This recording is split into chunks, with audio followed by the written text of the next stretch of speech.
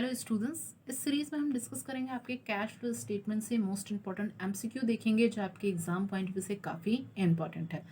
तो सबसे पहले अगर हम समझें मीनिंग की कैश फ्लो स्टेटमेंट होता क्या है। कैश फ्लो स्टेटमेंट एक ऐसा स्टेटमेंट होता है जो कि हमें किस चीज़ की इंफॉर्मेशन देता है, कैश इनफ्लो की और कैश आउटफ्लो की। कैश इनफ्लो का मतलब ये हुआ कि कितना हमारे पास कैश बिजनेस में आ रहा है, उसे हम बोलेंगे कैश इनफ्लो। और कैश आउटफ्लो का मतलब जब कैश हमारी बिजनेस से जा रहा है। तो कैश फ्लो स्टेटमेंट एक ऐसा स्टेटमेंट होता है जो कैश के फ्लो के बारे में बताता है, वो इनफ्लो और आउटफ्लो के बारे में। मीन्स कैश कहाँ से आया और वो कहाँ पे गया। ठीक है, एक अकाउंटिंग पीरियड में, एक साल में, 6 महीने में। ये क्या होता है, एक समरी होती है सोर्सेज और एप्लीकेशन ऑफ कैश की। मीन्स सोर्सेस को इनफ्लो बोलते हैं, एप्लीकेशन को आउटफ्लो। मीन्स कहाँ पे कैश अप्लाई किया और कहाँ पे कैश गया, that is called cash flow statement. इस कैश में दो चीजें आती हैं, कैश और कैश इक्विवेलेंट। काफी बार एग्जाम में पूछा जाता है। अब पहला क्वेश्चन यहाँ हमारा कह रहा है कि कैश फ्लो स्टेटमेंट किस पे बेस्ड होता है।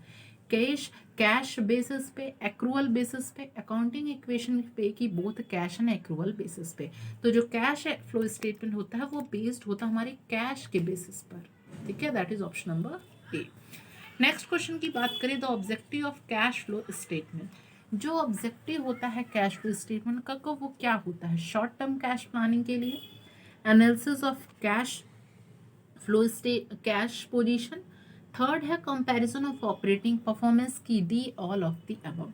तो जो कैश फ्लो स्टेटमेंट का उद्देश्य होता है, जो ऑब्जेक्टिव होता है, वो क्या करना, शॉर्ट टर्म कैश प्लानिंग को, एनालिसिस ऑफ कैश के पोजीशन के बारे में भी जानना और ऑपरेटिंग परफॉर्मेंस को भी कंपेयर करना। ये तीनों ऑब्जेक्टिव होते हैं। ऑप्शन नंबर डी हो जाएगा सही। ठीक है, एक इंपॉर्टेंट क्वेश्चन काफ़ी बार एग्जाम में पूछा जाता है कि कैश फ्लो स्टेटमेंट को हम किस और नाम से जानते हैं। काफ़ी इंपॉर्टेंट है, नोट डाउन कर लीजिएगा कि इसको हम 3 नाम से जानते हैं। पहला है statement of changes in financial position. ठीक है, किस और नाम से जानते हैं, statement of changes in financial position. ठीक है, नेक्स्ट क्वेश्चन है which of the following statement is true. पहला कह रहा है cash flow is same as profit, cash flow एक प्रॉफिट की तरह होता है। बी जो है profit is the result of subtracting expenses from the sales.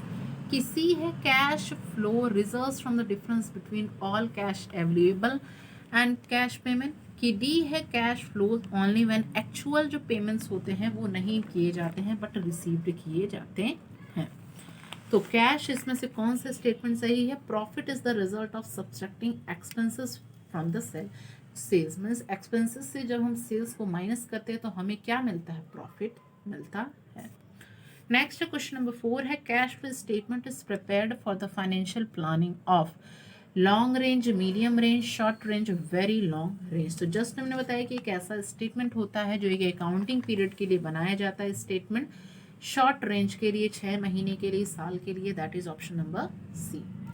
Next question की बात करें, क्वेश्चन नंबर 5 है स्टेटमेंट ऑफ कैश फ्लो में क्या चीजें आती हैं, क्या क्या चीज़ें इसमें इंक्लूड होती हैं, ऑपरेटिंग एक्टिविटीज़, इन्वेस्टिंग एक्टिविटीज़ की, फाइनेंशिंग एक्टिविटीज़। तो कैश फ्लो में हमारी तीनों चीज़ें आती हैं, तीनों एक्टिविटीज़ आती हैं, ऑपरेटिंग एक्टिविटीज़ भी, इन्वेस्टिंग एक्टिविटीज़ और फाइनेंसिंग एक्टिविटीज़ में। इसलिए ऑप्शन नंबर डी हो जाएगा आपका सही। अब जो ये तीनों एक्टिविटीज़ में क्या क्या चीज़ें इंक्लूड होती हैं, ऑपरेटिंग एक्टिविटीज़ में वो चीज़ें, एक्टिविटीज़ शामिल होती हैं जो बिजनेस को रन करने के लिए डेली बेसिस पर वो सारी एक्टिविटीज़ को, ऑपरेटिंग मीन्स डेली के डेली जो ऑपरेटिंग होती हैं, ऑपरेशंस होती हैं, वो सारी एक्टिविटीज़ को इसमें इंक्लूड करते हैं। जैसे हो गई सैलरी, जैसे हो गया आपका रेंट, जैसे हो गया आपका सैलरी, रेंट, बोनस, ये सारी चीज़ें। ठीक है, मीन्स जो कि यहाँ पे आपका cash receive from the sale of goods, ये सारी चीज़ें, goods and rendering of services, ये सारी चीज़ें आ जाती हैं। वहीं इन्वेस्टिंग एक्टिविटीज़ में वो सारी एक्टिविटीज़ इंक्लूड होती हैं जो कि investing operation of the business से इंक्लूड होती हैं। जैसे हमने कोई purchase and sale of fix assets किया, purchase and sale of investment किया, तो ये सारी चीज़ें हमारी इन्वेस्टिंग में एक्टिविटीज़ में आ जाएंगी। मतलब जो इन्वेस्टिंग में परचेज एंड सेल, हमने कोई लॉन्ग टर्म एसेट्स किया, मीन्स आप कहाँ इन्वेस्ट कर रहे हो, ठीक है, आपको आने वाले टाइम पे रिटर्न मिलेगा। तो इन्वेस्टिंग में वो सारी चीज़ें, मतलब कहाँ आप इन्वेस्ट कर रहे हो वो इन्वेस्टिंग में चली जाए। तीसरा हो रहा फाइनेंसिंग एक्टिविटीज़। फाइनेंसिंग एक्टिविटीज़ मतलब वो सारी एक्टिविटीज़ इंक्लूड हो रही हैं जो रिलेटेड है financing operation of the business से, जैसे issue and redemption of debentures, dividend, interest पे, ये सारी चीज़ें। ठीक है, तो फाइनेंसिंग में क्या हो जाएगा, क्योंकि कैपिटल का अरेंजमेंट करना, लोन लेना, ये सारी चीज़ें आपकी किस में आ जाएंगी, फाइनेंसिंग एक्टिविटीज़ में आ जाएंगी।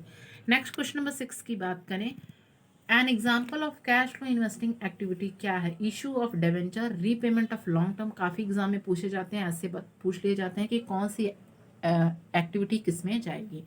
तो अगर इसमें से बताना है कौन सी activity, issue of debentures, repayment of long term loan, purchase of raw material for cash, टीडी, sale of investment by non financial enterprises. तो एक कैश फ्लो इन्वेस्टिंग कौन सा है, जब हम सेल ऑफ इन्वेस्टमेंट कर रहे हैं non financial enterprises, that is option number D.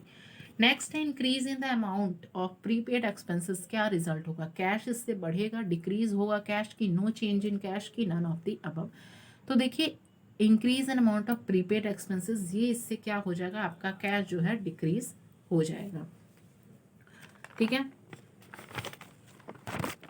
ठीक है, in decrease in cash. Next question देखिए, क्वेश्चन नंबर 8 है, इंटरेस्ट हमने रिसीव्ड किया या पे किया फाइनेंशियल एंटरप्राइजेस के द्वारा, उसको कहाँ हम शो करेंगे, ऑपरेटिंग एक्टिविटीज़ में, इन्वेस्टिंग एक्टिविटीज़ में कि फाइनेंसिंग एक्टिविटीज़ में। तो उसको हम ऑपरेटिंग एक्टिविटीज़ में इंक्लूड करेंगे। नेक्स्ट क्वेश्चन नंबर 9 है, इंटरेस्ट पे किया गया अदर देन फाइनेंशियल एंटरप्राइजेस के द्वारा, तो उसको हम कैश फ्लो स्टेटमेंट में किस एक्टिविटीज़ के अंदर उसको शो करेंगे। इंटरेस्ट हमने यहाँ पर पे किया, तो ऑपरेटिंग एक्टिविटीज़, इन्वेस्टिंग, फाइनेंशिंग, तो इसका ऑप्शन हो जाएगा that is option number B, investing activities. Next question number 10 है, इंटरेस्ट हमने रिसीव्ड किया by other than the financial enterprises को शो करेंगे कहाँ पर, ऑपरेटिंग एक्टिविटीज़, इन्वेस्टमेंट की, फाइनेंसिंग एक्टिविटीज़, तो उसको हम इन्वेस्टिंग एक्टिविटीज़ में शो करेंगे। नेक्स्ट क्वेश्चन नंबर 11 है, डिविडेंड रिसीव्ड हुआ फाइनेंशियल एंटरप्राइजेस के द्वारा, उसको किस में हम शो करेंगे। काफ़ी ऐसे क्वेश्चन पूछे जाते हैं, ऑपरेटिंग एक्टिविटीज़, इन्वेस्टिंग, फाइनेंशिंग, तो उसको हम शो करेंगे ऑपरेटिंग एक्टिविटीज़ में। नेक्स्ट क्वेश्चन नंबर 12 है, डिविडेंड हमने रिसीव्ड किया by other than the financial enterprises, तो उसको कैश फ्लो में कहाँ हम शो करेंगे, किस एक्टिविटीज़ में, ऑपरेटिंग एक्टिविटीज़, इन्वेस्टिंग एक्टिविटीज़ की, फाइनेंसिंग एक्टिविटीज़, तो उसको हम शो करेंगे कहाँ पे, इन्वेस्टिंग एक्टिविटीज़ में।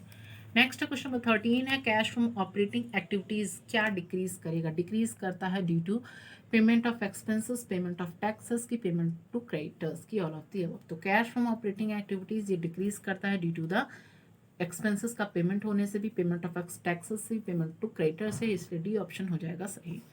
नेक्स्ट क्वेश्चन नंबर 14 है, कैश और कैश इक्विवेलेंट में क्या इंक्लूड होते हैं, bank balance, commercial paper, short term government bonds की, ऑल ऑफ दी अबव। तो कैश एंड कैश इक्विवेलेंट में सारी की सारी चीज़ें इंक्लूड होती हैं, चाहे वो बैंक बैलेंस हो, कॉमर्शियल पेपर हो, शॉर्ट टर्म गवर्नमेंट बॉन्ड्स हो। नेक्स्ट क्वेश्चन की बात करें, जो कैश फ्लो स्टेटमेंट होता है उसको प्रिपेयर किया जाता है किससे, बैलेंस शीट से, प्रॉफिट एंड लॉस अकाउंट से, कि एडिशनल इन्फॉर्मेशन से, कि ऑल ऑफ दी अबव से। तो कैश फ्लो स्टेटमेंट आपके बैलेंस शीट से भी प्रिपेयर किया जाता है, प्रॉफिट एंड लॉस से भी, एडिशनल इन्फॉर्मेशन से, इसलिए ऑप्शन नंबर डी हो जाएगा all of the above. Next है, in cash flow statement the item जो इंटरेस्ट होता है, इंटरेस्ट का उसे हम कहाँ शो करते हैं, ऑपरेटिंग, इन्वेस्टिंग, फाइनेंशिंग की, बोथ बी एंड सी। तो इन कैश फ्लो स्टेटमेंट जो आइटम होता है इंटरेस्ट को हम शो करते हैं कहाँ पर, उसको शो करते हैं both B and C, investing और फाइनेंशिंग एक्टिविटीज़ में। नेक्स्ट है, which of the following is not a cash inflow, इसमें से कौन सा कैश फ्लो इन्फो नहीं है, decrease in debtors, decrease in creditors, issue of shares की, सेल ऑफ फिक्स्ड असेट्स। तो थर्ड का आंसर हो जाएगा that is option number C, जो हो जाएगा decrease in creditors. Next question number 5 है, विच ऑफ द फॉलोइंग एक कैश आउटफ्लो नहीं है, increase in creditors, increase in stock, increase in debtors की, इंक्रीज इन प्रीपेड एक्सपेंसेस। तो फोर्थ का आंसर हो जाएगा that is option number A, increase in creditors. Next है, increase in the amount of prepaid expenses, इससे क्या होगा, हमारा कैश घटेगा, बढ़ेगा, कि कोई इफेक्ट नहीं होगा, कि नन ऑफ दीज। तो अगर हम प्रीपेड एक्सपेंसेस के अमाउंट पे इंक्रीज करते, ये क्वेश्चन हो चुका है, तो इसका आंसर हो जाएगा that is option number A, decrease in cash. Next question देखते हैं, कैश फ्लो स्टेटमेंट किस पे बेस्ड रहता है, कैश बेसिस ऑफ अकाउंटिंग पे, एक्रूअल बेसिस ऑफ अकाउंटिंग के, कि नन ऑफ दिस। ये भी क्वेश्चन हुआ है, तो ये किस पे बेस्ड है, कैश बेसिस ऑफ अकाउंटिंग पे। नेक्स्ट लास्ट क्वेश्चन देखते हैं, cash flow statement according to accounting standard 3। ये भी काफ़ी पूछा जाता है कि कैश फ्लो स्टेटमेंट किस अकाउंटिंग स्टैंडर्ड में इसकी बात की है, तो अकाउंटिंग स्टैंडर्ड 3 में।